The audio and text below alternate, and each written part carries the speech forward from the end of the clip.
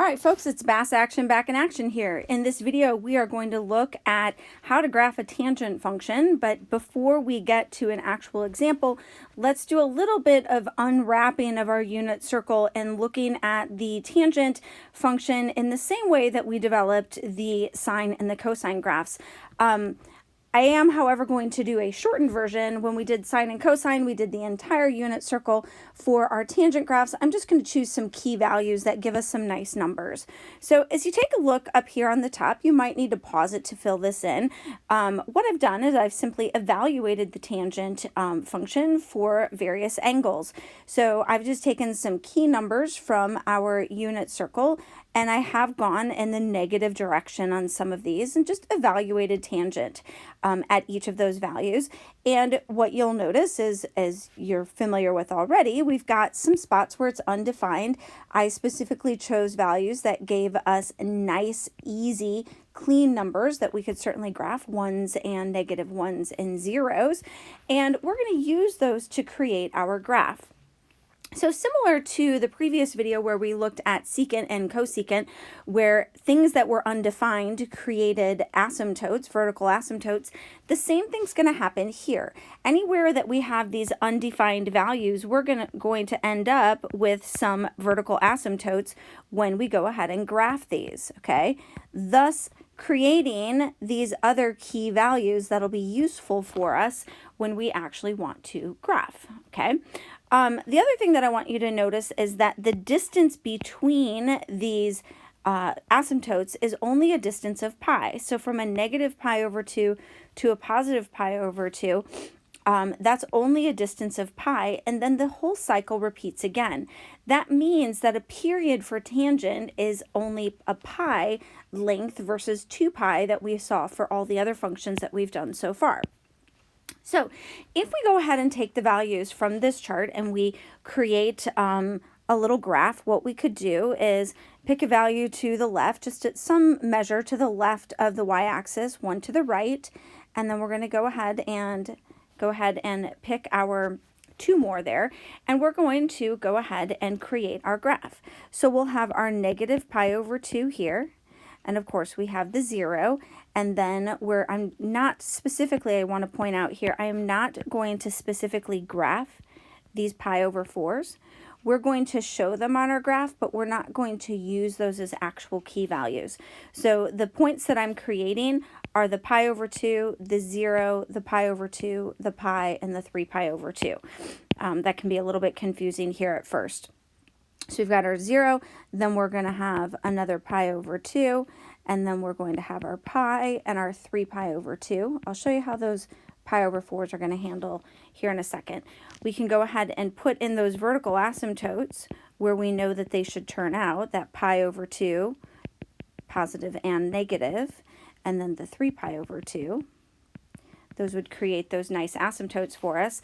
And then when we go ahead and we graph this, what we can see is that those pi over 4s are really halfway between each of these, and we don't actually need to calculate those values, and they're going to be at a negative 1 and a positive 1 and a negative 1 and a positive 1. Mine aren't spaced out super great on here, but that's okay.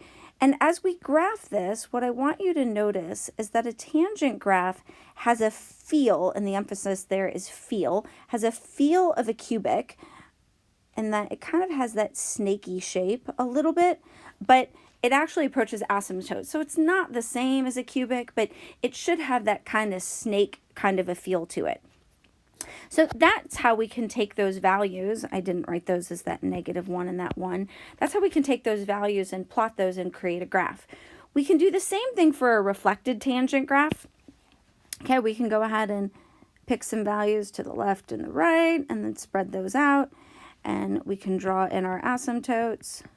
I'll go ahead and label those in just a second here. What I know is that every other one of these key values should be an asymptote. Negative pi over 2. This is going to give me a pi over 2 and a 3 pi over 2. And then when we want to reflect the graph, it's going to be just how we would expect it to be. This is going to come down, but again, it should approach these asymptotes. So it should have that feel of that cubic shape, but approaches the asymptotes. And again, I didn't space mine out super great, so one period looks a little bit bigger than the other, but that's okay. Now, what we really want to be thinking about is how we can go ahead and graph these. And this is going to be our first step into a phase shift. And we'll do phase shifts for sine and cosine next time. But this is our first little step into a phase shift. And we can tell that we're going to have a phase shift on this example that I have here, because when we look at this part that follows the tangent, we have this minus pi over 6.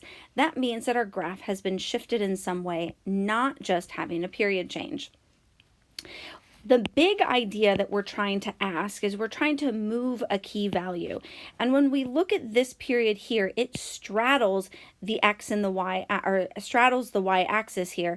So if I try to move, think about moving this point here at 0, 0, that only moves half of my tangent graph. So instead, what I'm going to be thinking about in terms of a phase shift is how I can move an asymptote. So what I'm really thinking is, how is this asymptote right here going to move? Now you could technically move this one as well, but I like this one because it's positive. So our first step in graphing tangent is to find where that asymptote should move. Where is one of our asymptotes moving? And we're going to take this entire amount. There are a variety of ways of doing this. This one to me is just a little bit cleaner. It requires a little bit less work for us. So what we're going to do is we're going to take this entire expression, this 1/3 x minus pi over 6, and we want to know, how does that get compared to the original asymptote of pi over 2? So if we set those two equal to each other, it's going to tell us how that first asymptote has moved. And then when I want to solve this, if you don't like the fractions, remember we can just clear those out, no big deal at all. So 2x minus a pi equals a 3 pi. We can quick solve that then. We'll have our 2x and our 4 pi. So our first asymptote is actually going to be at 2 pi instead of pi over 2. So that's where that first asymptote is going to show up for us. We can also notice that there is a period change here, and this is important that we recognize that the distance between the asymptotes represents a period of tangent, and the period is different. So when we find the period for tangent, we're not going to take 2 pi over that coefficient, we're only going to take pi. And since we're dividing by that 1/3, I'm just going to immediately think multiply by 3 instead of divide by 1/3, because that always looks messy. So our period is 3 pi. So instead of our asymptotes only being pi apart, they are going to be 3 pi apart. Now, the next thing that we want to do, and these are different, these key values, that's why I've got this little double asterisk on all of these, because these are different. When we're thinking about this distance between these, what I want you to notice is that we had the asymptotes, and I only actually labeled that point halfway between, which means when we're finding our distance between our key values, we're not going to divide this period into 4 pieces. We're only going to divide it into 2 pieces this time. You could divide it into 4 if you would like, if that's easier for you. You're welcome to do that. But I'm only going to divide it into 2. So I'm going to take my period and I'm going to divide it into 2, which means I'm going to take my 3 pi and I'm going to divide it into 2 pieces. So each of my key values should be 3 pi apart. So that means I am going to start my first asymptote at 2 pi.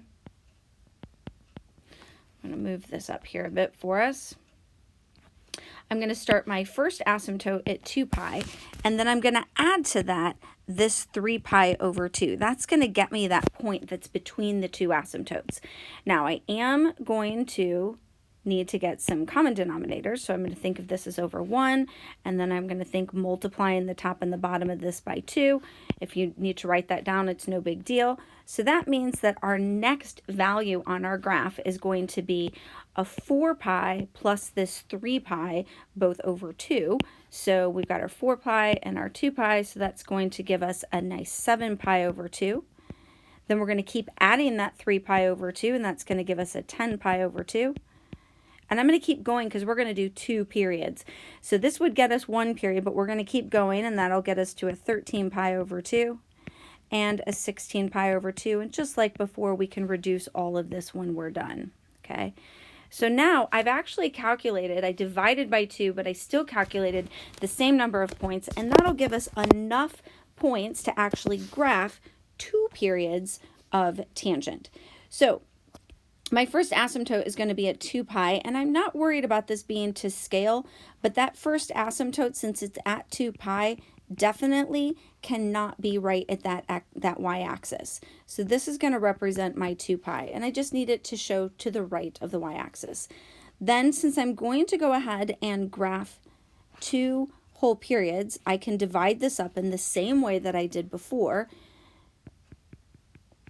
because now I still will have every other point will be an asymptote, because that will give us our 2 pi. Then this will be our 7 pi over 2. That's our point between. We can reduce this and make this a 5 pi. And what you can immediately see is, sorry there, bumped something. We can immediately see that the distance between our asymptotes is 3 pi, and that's what we wanted our period to be. So I can keep going. Then I'll have a 13 pi over 2. Sorry about that. 13 pi over 2. And then I reduce to an 8 pi, and sure enough, that gives me a distance between here and here of 3 pi, just like I wanted. Okay, now that I have those key values, we're going to ponder all of these other questions before we sketch in our graph. Vertical translation, we can see that this has been shifted up 1. Okay, so this is going to be an up 1. So that means that I'm going to visualize my tangent graphs crossing at 1 unit above the x-axis. A vertical stretch, I can see that it's going to be a 2 here. So when I'm thinking kind of halfway between each of these, so from this center, I need to go above and below 2. And this graph has a reflection. So instead of my graphs coming up like this, they're going to come down like this.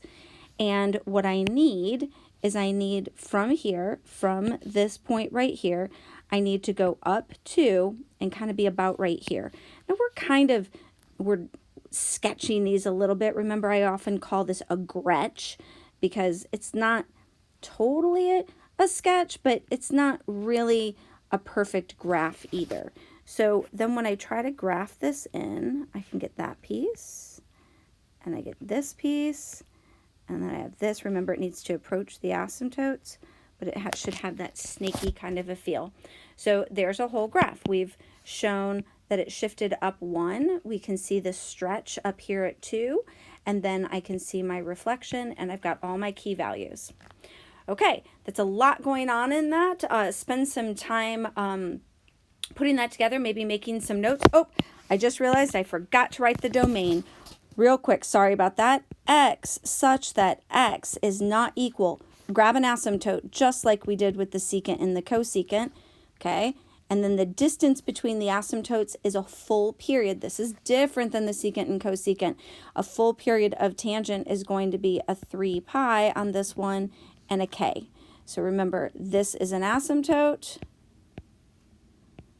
and this is the period. And that'll get us our domain.